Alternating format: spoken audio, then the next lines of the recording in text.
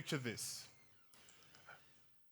The head of an employment scheme somewhere in Africa is looking forward to creating impact locally.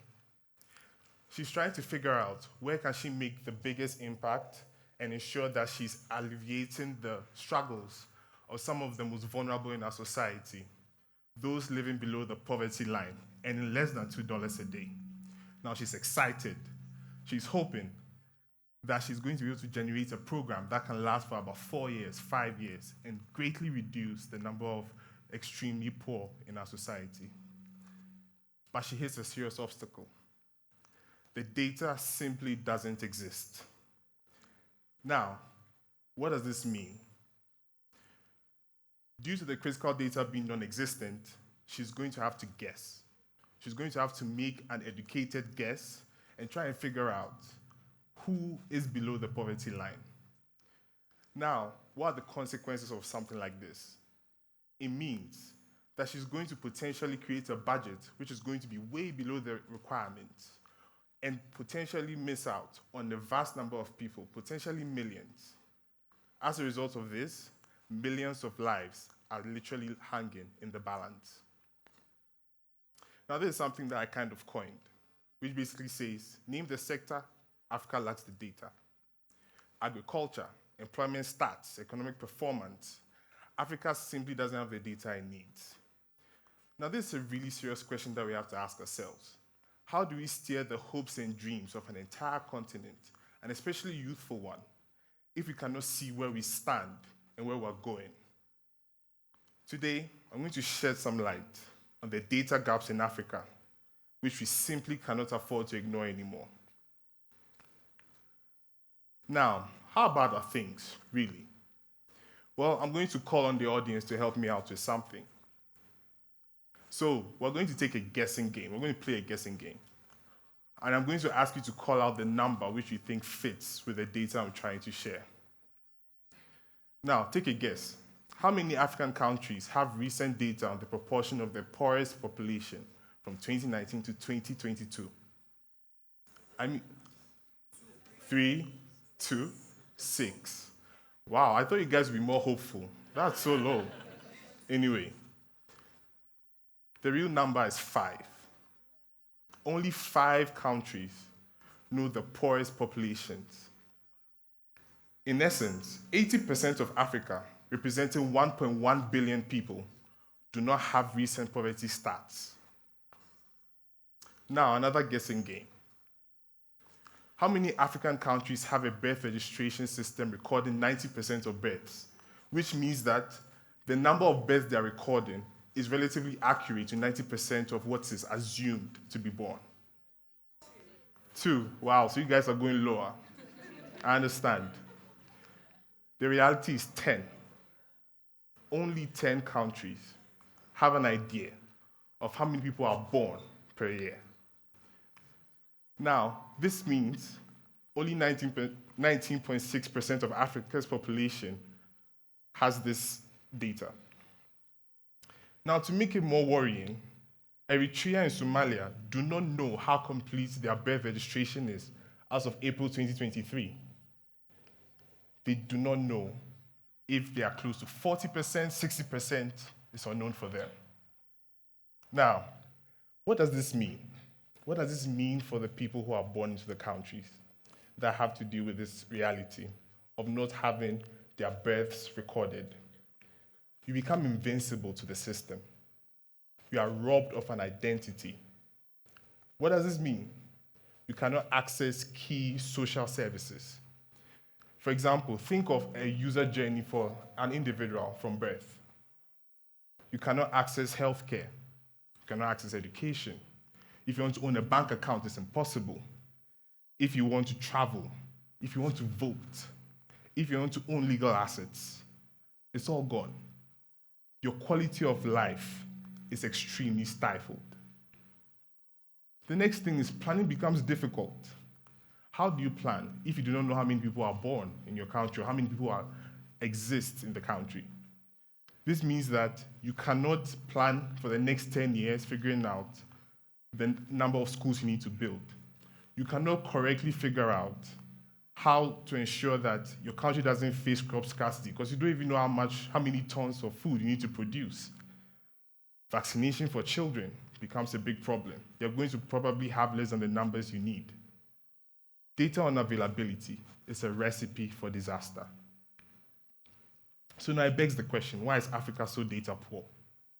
Well, the first issue is that Africa has its research grossly underfunded. Now I'm going to share some stats which, frankly speaking, I do not want to believe are true. And I kept trying to verify and be sure that this is really the number. I kept going through multiple sources. And I'm making sure I put the source under so that you realize that this is from an actual publication. Now, can you see sub-Saharan Africa in there? You see that thin sliver over there? That's Africa's contribution to research and development, 0.4% of GDP. If you compare it to the next one, which is Asia, they contribute about 31%, which means that Africa is producing 77.5 times less in terms of funding this research. Now, as a result of this underfunding, a lot of statistical units in government simply do not have the resources to produce data sets needed for their countries.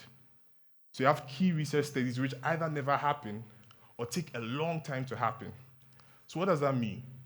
These governments are going to have to take a lot of guesses for 10, 15 years on very important sectors. So now, depending on guesstimations, is a way of operating.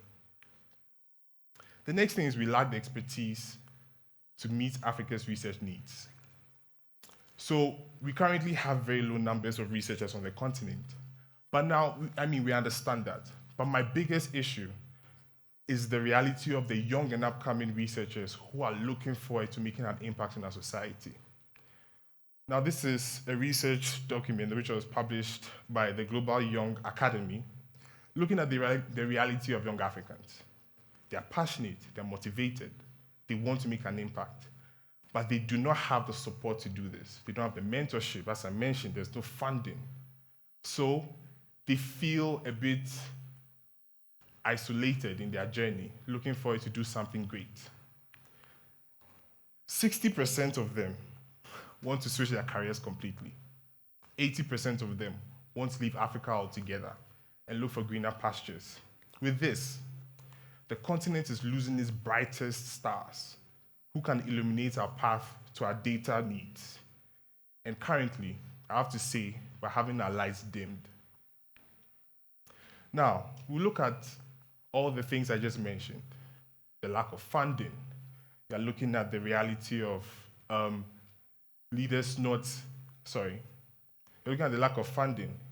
And you look at the fact that we do not have the number of researchers on ground to do the data collection we need. As a result of this, we have a lot of guesstimations. Now what happens if you have a lot of guesstimations? Basically, your data is not good enough. People cannot trust the data you are giving them. So you have poor quality data being an issue. Now, I don't want to overcomplicate this with the last 2 points, but what I'm trying to say is that there are also indications that we don't have enough diversity in the data sets that we produce. They are not a real representation of the kind of communities we want to understand. And then there's the issue of loss in translation. This is where people are carrying out surveys in English. They go to somebody who speaks in Swahili, and they're like, oh, okay, I need to translate. Now they lose the tonality. They lose the complex cultural elements of their language. And I'm not able to express what the data sets need. And then there's a loss basically through the language. So the data they're collecting is not really good enough. Now, I've mentioned these really big issues, but then the core part of this, which I call the root cause, is Africa's political class. We need leadership that values research, that values data, but that doesn't appear to be the case here. Now, even as we can see that they don't fund the research, the reality is that when the data exists, our leaders do some very funny things with that information. They either misrepresent it, or in some instances, they carry out policy actions which are just not good enough to actually address a problem. So I'm going to use 2 examples to shed light on some instances where our leaders have done stuff like this. So in 2020, COVID hit the rest of the world and Africa. And the first cases came in by March 2020. By April, the president of this country decided that COVID wasn't as severe as it was being said to be. He stated that the solution should be more spiritual. We need to use the Spirit of God to solve this. Now, this is a quote of his. Coronavirus, which is a devil, cannot survive in the body of Christ.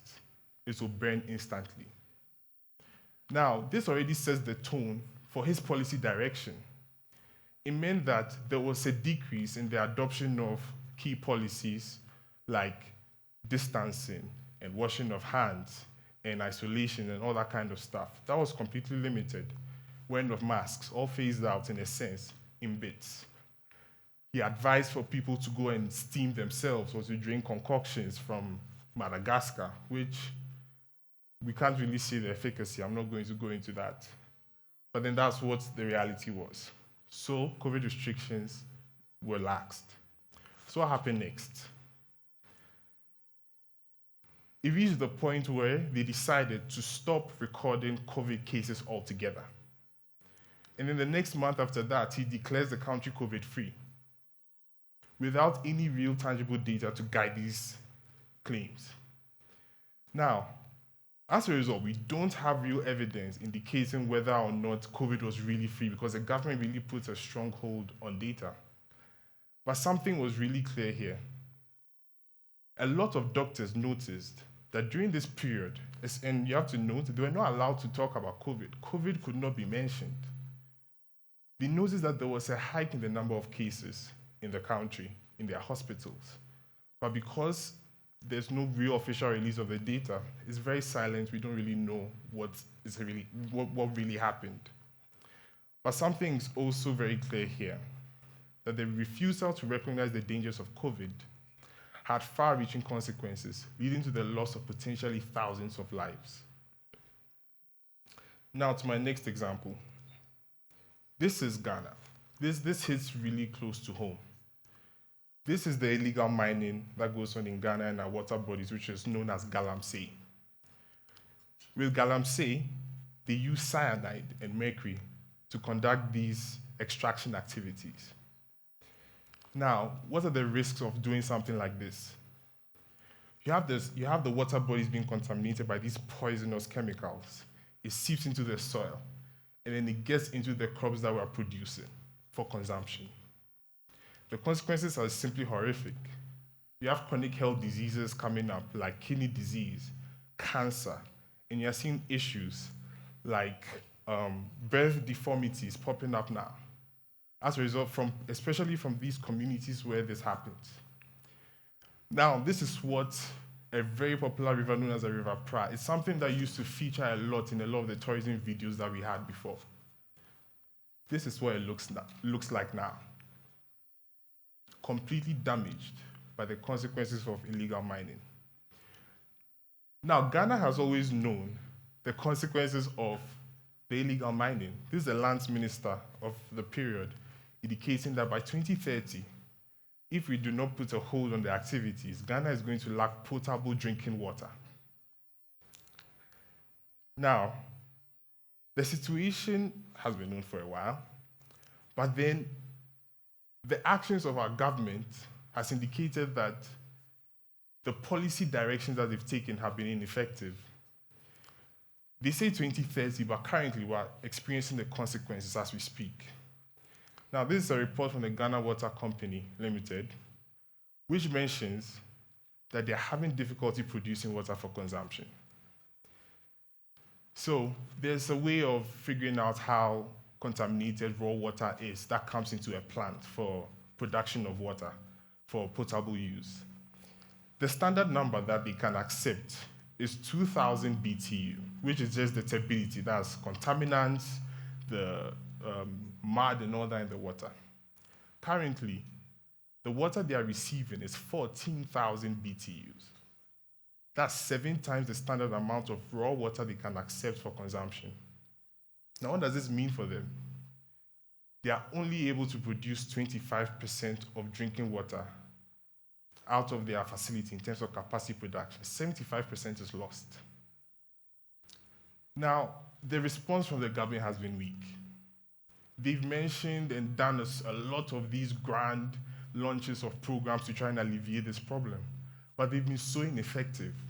But then there's a caveat. There's a damning report which came out a couple of years ago, which indicated that the political class in Ghana have played an active role in actually enabling the situation. They are profiting from it, they're making a lot of money, and they have no incentive to stop it. So over here, we're seeing that there's very clear data of the dangers, but they've ignored it or have decided to just put on an act, whilst the real consequences affect all of us. Now, I've spoken about these very worrying issues, and I can understand how disturbing it is. So now, we'll ask the question, how might we solve this? Now, I have a couple of ideas which are dependent on governments, but also dependent on us. And I'm hoping that today I can inspire some of us to try and figure out a way out. First of all, we need to invest in research. It's that simple. We need to get governments to put more money into research endeavors. If they can't afford to do the research or they claim not to be able to do this, they can work in public-private interactions with organizations based in Africa to build our data stores. Another thing that I'm thinking will work is mandating data collection into law. Create some form of budgetary allocation and create timelines for essential data to be collected and to be published for long-term use for our societies to flourish. And then kind of create a penalty if there's a timeline that's not met, investigations, penalties on individuals who refuse to do the right thing. That could be done. The next thing for me is investing in Africa's research talent, creating curricula which inspires and encourages a new crop of leaders to come up, to research into core issues that we're experiencing. Now, another element of this is utilizing and developing new technology for data collection. There's a lot of data that's collected through very traditional and old means, but can be improved. Now, I'll paint a scenario for you. Imagine having data collection in a community using a low-cost tablet with a software inbuilt in it, which ensures that they're able to translate whatever research question they have into thousands of languages without losing its tonality and its complex cultural contexts. It will help to ensure that data quality is of a better level. Imagine using low-cost drones to fly above our geographical landscape and then get insights on the development of new communities, changes in the climate on the land, so that the next time a census is being conducted, that space is not missed out when we have people going there to collect the data. You can deploy the Internet of Things to monitor the quality of water and air and providing a store of research data for long-term purposes. Now, another thing which will play a big role in changing the landscape of data is the creation of a platform, a centralized platform with access to high-quality data. Get all the free data that we can find, put it in one place, make it an easy-to-access platform, make it easy to search, find all you need. And we could also further look at using AI, embedding AI into it. Basically using AI to compare data sets, then use that to generate insights, then use it to ask questions on what could we really do to solve this problem, and then potentially end up having a store of information which will help us unlock key policy issues in the snap of a finger. So imagine being able to see ahead of time instead of having to scour through data sets for hours and hours. We could use AI, embed this in it. Now, another element of research that I've noticed is that sometimes some of the data sets are extremely expensive. Last year, I was conducting some market research for an EV firm, and as we're doing that, I had to find some important data on the market. I actually chanced on a platform which was charging $5,000 for a paper. I don't have $5,000 to spend. And it brought up an idea. create an equitable access feature. So what I mean by that is entrepreneurs, governments, corporations will all pay a different sum based on their ability to afford it. And those who are more capable of paying will play an offsetting role in accessing this data. So for example, if you're a small-scale entrepreneur who's trying to develop the next big thing, but you can only afford $10, you access this platform, and that data set is accessible. If you're a corporation with a lot of money, billions, millions, you pay maybe more, maybe $10,000. But it's all in line to try and equip our future with more data. Now, as I wrap things up, this is my favorite fictional detective, Sherlock Holmes. And he says, it is a capital mistake to theorize before one has data. And if you know Sherlock, he likes to make a lot of insights based on what he sees in front of him. He looks at your face and knows that you were born in Navrongo, in the villages in Ghana. He knows how old your mother is because of the size of your hair. He always knows that kind of crazy stuff. So, I'm sharing these insights with you, not just for the concept of sharing ideas, but because I want to inspire us to also look at research and data. We can not necessarily forget, but we can also look at the core parts of data which empower us and empower our society to achieve great and lofty goals. Now, I believe that it is time for a data revolution in Africa. We need to find the data sets to push us where we need to be. We need to start using data to influence our approach on fixing key issues. Data is not just numbers. It is the power to see, it is the power to solve, and it is a safeguard for our future. Today, let's choose to see, let's choose to solve, and let's choose to create a future focused on solving some of our greatest problems through data. Thank you.